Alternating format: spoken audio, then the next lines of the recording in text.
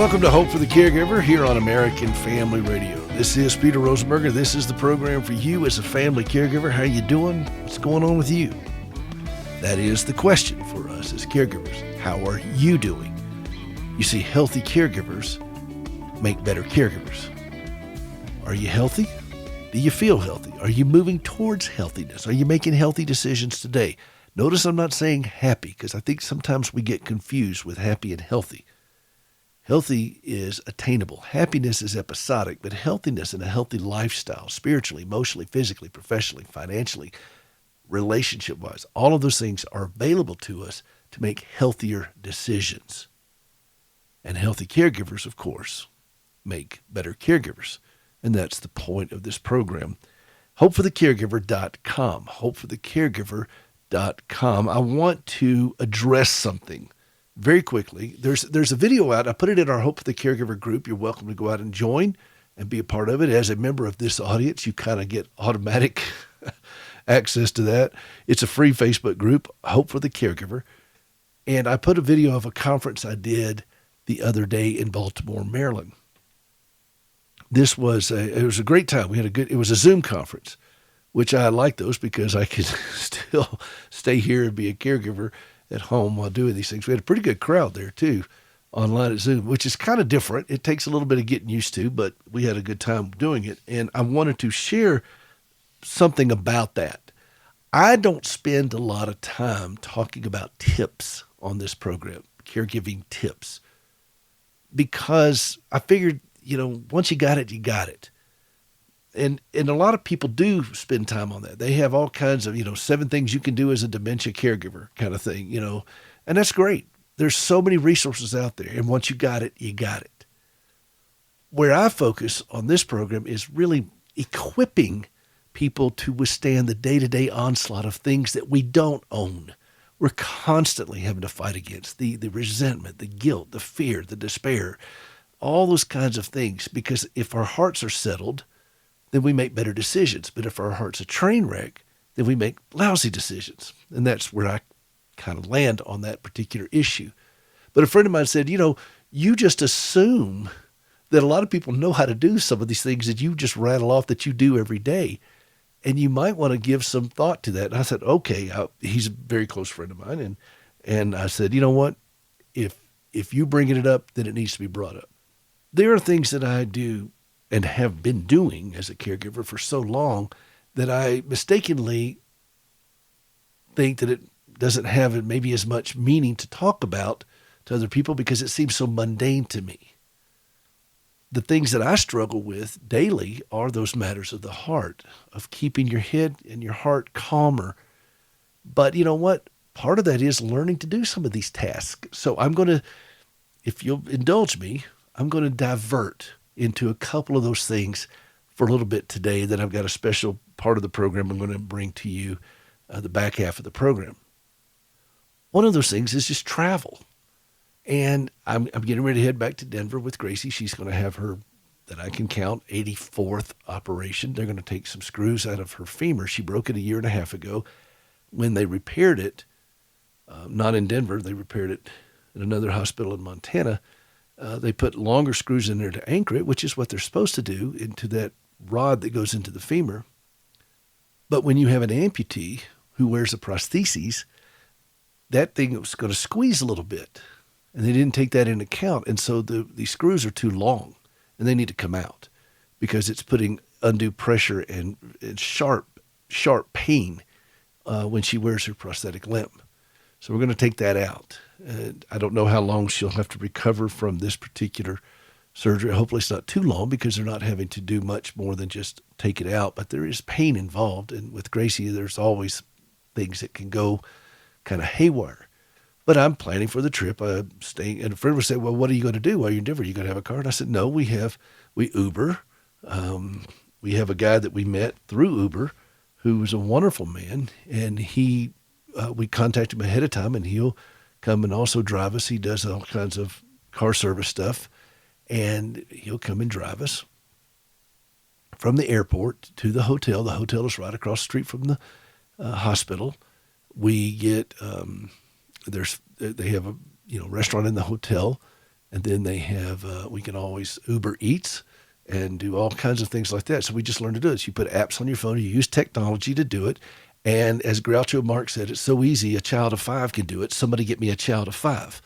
So if you don't know how to do those things, there's somebody that can teach you, and it makes your life a lot easier. I have all of my apps on my phone for flying and for hotel accommodations, checking in. I can tell them exactly what time I'm going to be there. And I know the kind of hotel that I need to get for Gracie and the accommodations thereof, and what we need to do when we get there, and how to get, depending on the weather. We're right across the street, but I'm not going to push her in a wheelchair because if there's snow or whatever, so we'll just get a ride share to do that. So there's all kinds of ways that technology has made this a little easier being in a different city. I don't know what's going to happen, if she's going to need to stay in the hospital at night, or it's supposed to be outpatient, but with Gracie, you never know. So I have multiple contingency plans, and I can maneuver at a moment's notice on this. I have to be mobile. And this is where I use technology to help me do these things. I'm flying down on the airline I'm flying down on. It's very easy to change the flight. The hotel, I have a rewards program with them, and they're very accommodating with me because of that. And I get to know the manager of the hotel because we go to the same hotel. We do the same thing.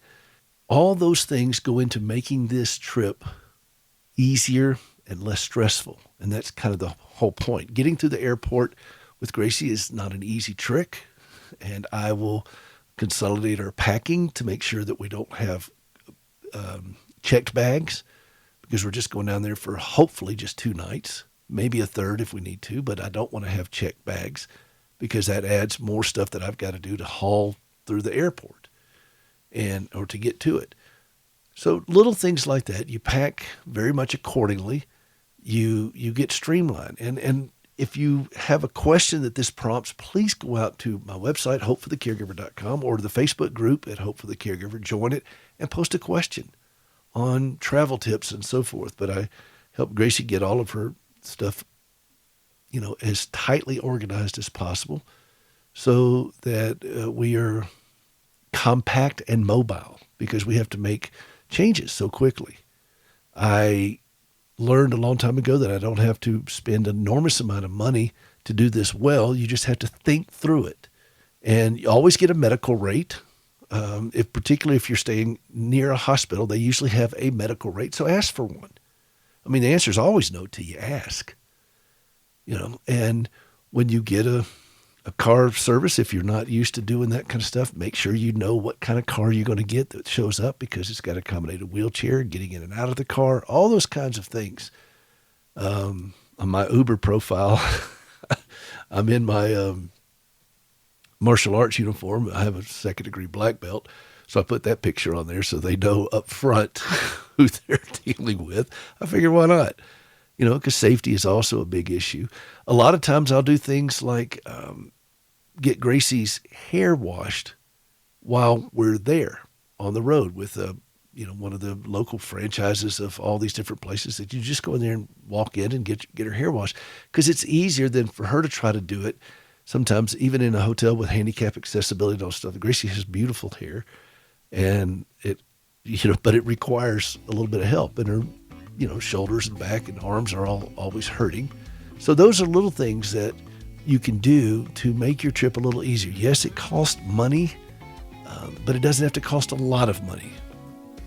And so that's a travel tip that you can do. And you get there in plenty of time at the airport so that you're not scrambling to get through security. I would highly recommend get TSA pre-checked if you haven't already, if you travel a lot.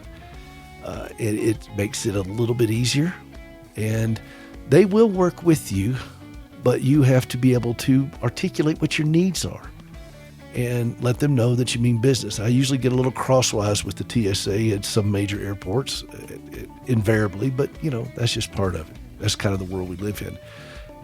If you want, I'll go a little deeper and talk about dealing with doctors when we come back from the break. This is Peter Rosenberger. This is Hope for the Caregiver. Healthy caregivers make better caregivers. We'll be right back.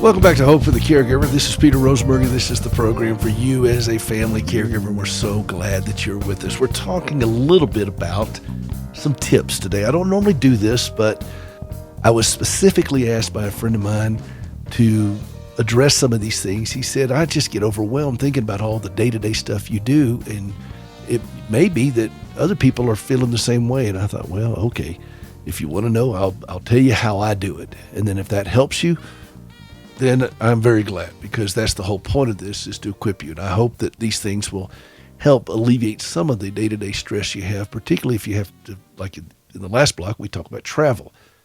And the more prep work you do, the more stuff you have on your phone, the more organized you are, the smoother this thing is going to go. The world has moved into that direction, and if you don't know how to do these things, it's a good idea to start learning how to do them.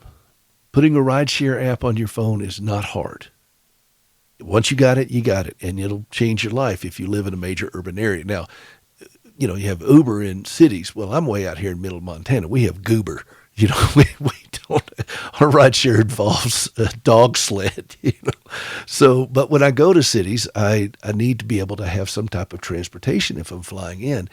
I really don't want to rent a car, and that's just more drama that I need to deal with when you've got rideshare. So please take advantage of these things that are out there. Get it on your phone and get somebody to teach you if you don't know how to do it. If you need some extra questions, go out to our Facebook group, post whatever questions you have. We'll be glad to answer it there. There's so many people there that do this all the time. And I moderate the whole group, okay? It's my group, so it'll never go off the rails with that. Or if it does, I will act swiftly. But please take advantage of that. The other thing is dealing with doctors. Because my friend asked me, he said, well, dealing with all the doctors you deal with. And I've talked about this a little bit before on the show, but I will circle back to it again, because I think this time of year, particularly, there's a lot of surgeries that are happening. You've met your deductible, you're getting in some things. These things happen this time of year. And so it's a good idea to know some tips on dealing with doctors and their staff. One of them is that you are polite but not subservient. I call this the 3 P's of dealing with a doctor. One of them is you be polite but not subservient. Okay? You're not going there with your hat in your hand. You're there to exchange goods and services.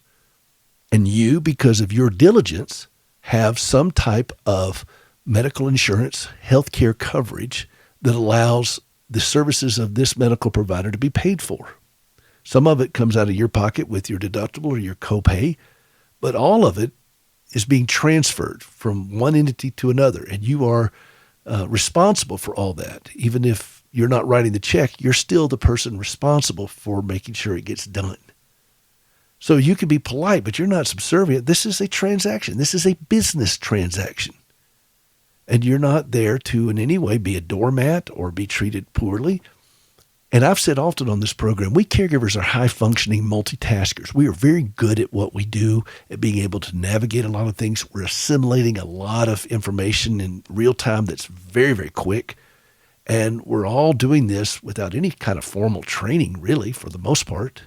I mean, some in this audience are nurses and doctors and healthcare providers of all different kinds. But for the most part, we're just civilians, if you will, doing the best we can to keep up. But we have caregiver authority. We may not know the science, but we know our loved one. How many of you all would say that after 36 years of marriage, I'm fairly adept at saying, I know Gracie? Okay, well, I do. And I recognize things and behaviors and warning signs and other issues that I can raise my hand on and say, hey, we got an issue here. How many of you all think that her doctors listen to me? They do. They really do. I've had more than one physician say, what do you think? And these are not inconsequential people. I mean, surgeons and all types of different specialists. They are very respectful to me as her longtime caregiver, because they recognize that I've been looking after her since most of them were in junior high school or even earlier. So they recognize that I bring a wealth of information and I'm able to articulate it. So I treat them politely, but I'm not subservient by any stretch of the imagination. Now, sometimes I'll get somebody that'll get, a little bit snippy with me, and that's when I will play that card, and I don't mind playing it. And you may mind playing it, and it may be awkward for you. And the first couple of times it usually is, but after a while you realize, no, I'm not taking this. Because you know what? When things go wrong, those people that are snippy, how many of them show up to clean up a mess? It's you doing it for the most part, particularly when you're at home. So the margin for error is slim, and we don't have time to be somebody else's doormat or to deal with all the normal nonsense. And those of you who are regular listeners to this program have heard me many times talk about how I've bypassed some of that stuff. But I also get to know them. I want them to know me, and I want to know them. I want them to trust me that I am engaged in this process. I get to know all of her pharmacists, all of her primary care doctors, the nurses, the lab workers, all of them. They all know who I am, and I make a point to make sure they know who I am, that I am engaged, and that they can call me, and that I'm watching this thing. Now, I try to stay above it so that I don't get down into the weeds too much and tell them how to do their job and micromanage. And I say that, let me give a little caveat on that. I've done that before. I've done that many times, and it's caused more problems because sometimes they'd rather deal with me than with Gracie, because I'm very articulate and I'm concise. She's always uncomfortable. She's in pain. She's in distress. She doesn't feel good. None of us want to have a conversation with people and do all that kind of stuff when we don't feel good. And she never really feels good. So she needs somebody with, ample communication skills. And I have them. And so do you. And we have to practice at it. But there are also times when we have to know when to put our hands over our mouth. And that's an area that I've struggled with many times. So the second P is dealing with the pharmaceuticals. Stay out of that conversation as much as possible. Just deal with logistics, but that's it. Our opinion, while certainly based on experience and intelligence, is not always needed. And so you use words like, in my experience, not, I think you should. Let's get the words, I think you should, or you need to, or she needs to, or he needs to, out of our vocabulary and replace it with, in my experience, or I have learned, or this is what I've witnessed, this is what I've watched, those kinds of things. It's much better than to give our opinion. We serve ourselves and our loved one better if we avoid using words like should and need, unless we're speaking in first person singular. I need such and such, as opposed to you need to do such and such. That is never effective. I've never found that to be effective. It's very off-putting, actually. I don't like it when people do it to me. I mean, think about it. If somebody came up to you and say, hey, you need to do such and such. Well, who do you think you are, kind of thing? I mean, that's how we would respond. Well, let's be respectful with this, but let's also recognize that there are times to put our hands over our mouth when it comes to pharmaceuticals. And it's not something that is easy to do, particularly when you have so many things going on. But that's why you spend time getting to know your pharmacist. That's why you do regular inventories, regular checks. You print out a new list of updated meds and have that ready at a moment's notice. I keep mine in the cloud. I have a document in the cloud that is updated at least once a quarter that I can download to my phone or email to someone else very quickly. And a medical provider, I'll be in an office, and I don't have time to take all this paper. I hate carrying a bunch of paper.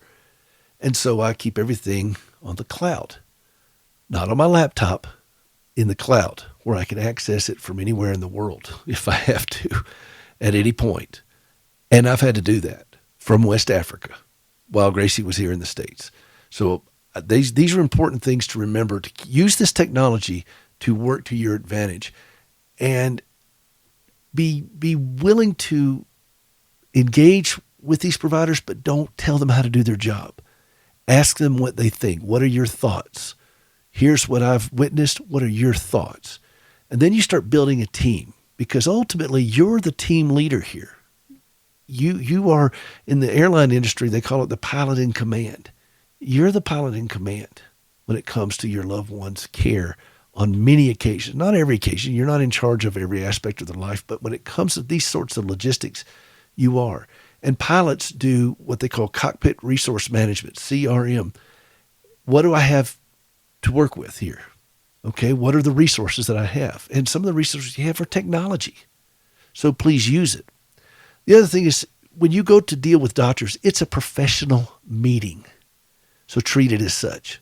If you are meeting with a banker, your attorney, or anybody else, politicians or whatever, business leaders, you're brokering a deal, this is a professional meeting. The same thing in that exam room. It may be very familiar to you. You may be used to it, but dress for it, be prompt for it, be ready for it, make notes for it. So be professional. So stay out of the pharmaceuticals, be polite without being subservient, and be professional as you do these things. And you're going to find that this is going to smooth this process out. It's challenging to do the things that we do. There's no need to make it harder by what you call unforced errors, by showing up tardy or unprepared. I don't know what, I don't know. We're just here. What do you want us to do? I mean, that's not a way to talk to a doctor. Here are the thoughts we have for today. Here's the top priorities today that we need to walk out of here with some kind of action step. And by the way, I ask that question a lot. What's the next action step? And they said, well, we're going to wait 3 weeks. Okay, in 3 weeks, I'm calling. I'm making a note right now. I'm going to call you in 3 weeks. Now, admittedly, Gracie's situation is really extreme. I mean, we deal with so many different doctors, so many different challenges with her. But the principle's still the same. You be prepared. You be professional. You be polite. You stay out of the conversations about pharmaceuticals when it gets down into the nuts and bolts. You let the professionals do that. I was a lousy student in chemistry. The last thing I want to do is practice on Gracie. I'm a musician, but I know her. And it's always appropriate to ask questions, and it's really, really, really important to write them down. If you have to keep a journal with it or whatever, track it, whatever works for you, but keep a record of it. And don't just trust that other people are going to remember it the way it needs to be remembered. Trust but verify, as Reagan said. So always verify it. These are little things that I do. I hope this has been helpful. This is Hope for the Caregiver. This is Peter Rosenberger. We've got more to go. Don't go away.